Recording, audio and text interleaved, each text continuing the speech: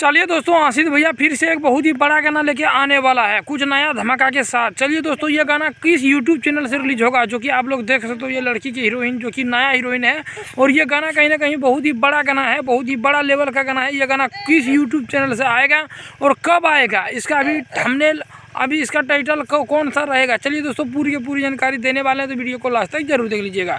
देखिए दोस्तों, आशीष यादव का ये जो गाना है, कोई नया क्वालिटी के नया के साथ बनेगा। दोस्तों ये गाना जो है बहुत ही एकदम बहुत ही हटके गाना है, और ये दोस्तों आप लोग के बीच आने वाला है बहुत ही जल्द। लेकिन दोस्तों किस यूट्यूब चैनल से आएगा, देखिए दोस्तों JPG एंटरटेनमेंट से गाना को आएगा। दोस्तों अभी इसका शूटिंग जारी है, बस एडिटिंग में काम है, बस उसके बाद दोस्तों आप लोग के बीच डाल दिया जाएगा।